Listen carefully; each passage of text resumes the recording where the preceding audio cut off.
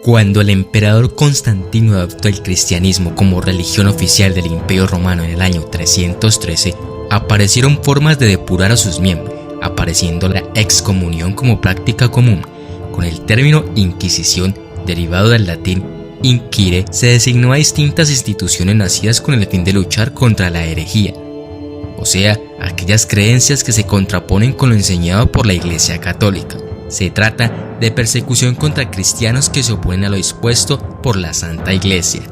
Sin embargo, aunque se castigaba regularmente la herejía, los mecanismos eran poco eficientes y no seguían procedimientos claros. No es sino hasta 1184 que se crea en Francia la primera institución dotada de procedimientos y recursos para llevar a cabo esta tarea. En el año 1184, por iniciativa del Papa Lucio III y el emperador alemán Federico I, el Concilio de Verona adoptó un decreto que exigía a los obispos el nombramiento y envío de comisarios a las zonas contagiadas por las herejías, con el fin de realizar investigaciones. Este decreto fue el comienzo de la Inquisición. El edicto del Concilio de Verona no fue suficiente para detener el avance de la herejía, e Inocencio III reunió el Cuarto Concilio de Letrán en 1215, en el que se decidió la creación de jueces inquisidores especiales, encargados de descubrir y sancionar a los herejes. El primer inquisidor nombrado por el pontífice fue Domingo de Guzmán, que estableció su tribunal en Tolosa, Francia, hacia el año 1216. La Inquisición Pontificia fue creada en el año 1233 por el Papa Gregorio IX. En su origen era una institución eclesiástica especial dedicada a la persecución, detención, juicio y castigo de la herejía. Estaba bajo la autoridad directa del Papa y se creó con el objetivo de combatir la herejía albigense del sur de Francia.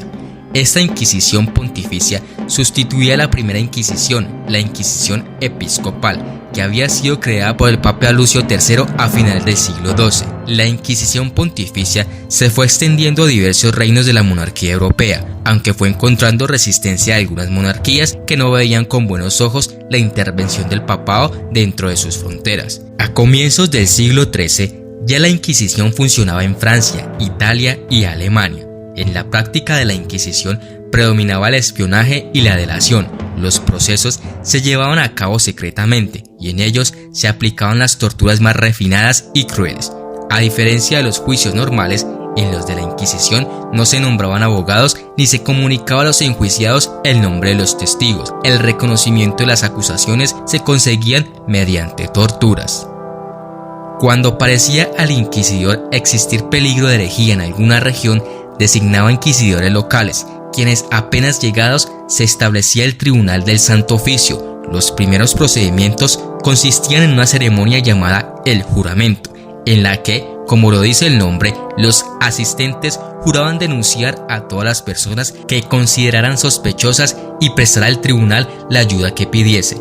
Pero además, al concluir esa ceremonia, se daba lectura a un edicto de los inquisidores, llamado Edicto General de Gracia, por el cual se cominaba a quienes se sintieran culpables a denunciarse dentro de un plazo fijado, so pena de excomunión mayor. En el edicto se indicaban con minuciosidad los hechos considerados punibles y se les prohibía a los confesores dar la absolución a los que de algún modo no hubieran cumplido con aquel mandamiento. En esta perspectiva, los principales delitos contra la moral cristiana de competencia inquisitoriales eran la blasfemia, la bigamia, las supersticiones, la brujería, la adivinación, los pecados nefandos, entre otros.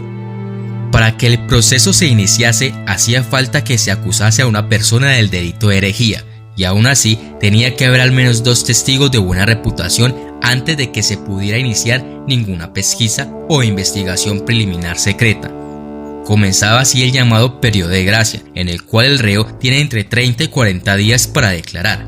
Pasado el plazo otorgado y después de verificar las acusaciones para descartar aquellas que parecieran ligeras o calumniosas, los inquisidores lanzaban la orden de capturar a los sospechosos.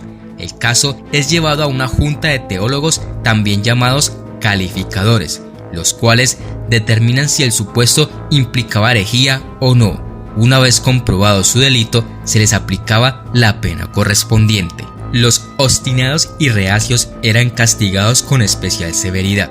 En cambio, aquellos que prometían la enmienda después de reconocer sus errores, les imponían un castigo que consistía en vestir por algún tiempo el San Benito y así cumplir una penitencia. Lo esencial para los jueces era conseguir la confesión de los acusados, lo que condujo a mediados del siglo XIII a la utilización de la tortura.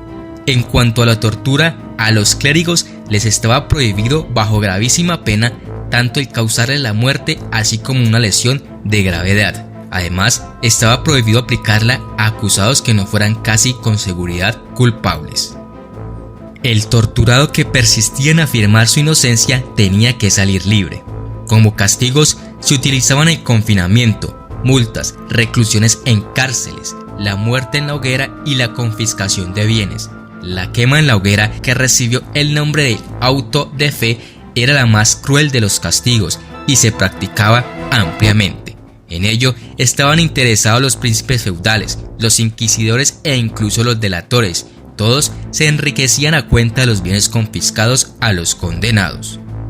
Todos estos procedimientos se llevaban con riguroso secreto. Su fin evidente era proteger a los denunciantes y testigos contra las represalias. Muchos científicos fueron también perseguidos, censurados y condenados, incluso por defender ideas contrarias a la doctrina cristiana. Uno de los casos más conocidos fue el astrónomo italiano Galileo Galilei, que escapó por poco al fuego por afirmar que la Tierra giraba alrededor del Sol. La misma suerte no tuvo el científico italiano Giordano Bruno, que fue juzgado y condenado a muerte por el tribunal. Las mujeres también sufrieron en este periodo y eran objetivos constantes. Los inquisidores consideraron brujería todas las prácticas que implicó la curación a través de infusiones de hierbas o remedios de hierbas u otras sustancias. Las brujas medievales, que no eran nada más que conocedoras de las propiedades curativas de las plantas, recibieron torturas llenas de violencia y crueldad, entre las cuales estaba Juana de Arco, acusada de herejía y brujería.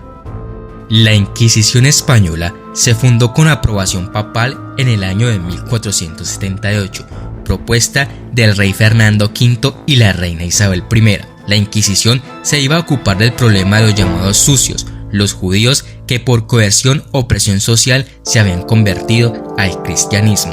Era famoso el ensañamiento de la Inquisición en España, donde en el año 1480 se instauró un tribunal inquisitorial que desató persecuciones masivas contra musulmanes, judíos y herejes. El jefe de la Inquisición española fue Tomás de Torquemada, quien quemó a decenas de personas.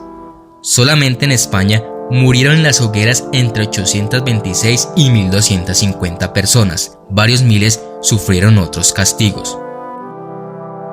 A los pocos años de la fundación de la Inquisición, el papado renunció en la práctica a su supervisión en favor de los soberanos españoles. De esta forma, la Inquisición española se convirtió en un instrumento en manos del Estado más que de la Iglesia, aunque los clérigos y de forma destacada los dominicos actuaran siempre como sus funcionarios. En América, la Inquisición fue establecida por Felipe II en 1570 y tuvo tribunales en México, Lima y Cartagena de Indias. Solo tenía jurisdicción sobre criollos y españoles, mas no sobre los indios. Las razones básicas eran dos. La primera, que los pobladores nativos recién estaban siendo instruidos en la religión católica y en su mayoría no podían entender aún claramente los dogmas ni mucho menos distinguirlos de las herejías. La segunda, estrechamente relacionada con la anterior, es que la intención declarada del monarca no era que el tribunal fuese odiado sino querido y respetado como ocurría en la península ibérica, por lo cual se buscaba dar ejemplo a los aborígenes controlando la conducta y doctrina de los españoles. Su principal objetivo era erradicar de las Indias a los cristianos nuevos sospechosos de judaizantes y a los protestantes. La Inquisición existió hasta el siglo XIX. El último auto de fe tuvo lugar en Valencia, España, en el año de 1826. Solo en el año de 1835 suspendió el Papa la actividad de los tribunales inquisitoriales. La Inquisición fue transformada en Congregación del Santo Oficio, la cual sirvió de instrumento político de lucha contra el progreso social y el comunismo.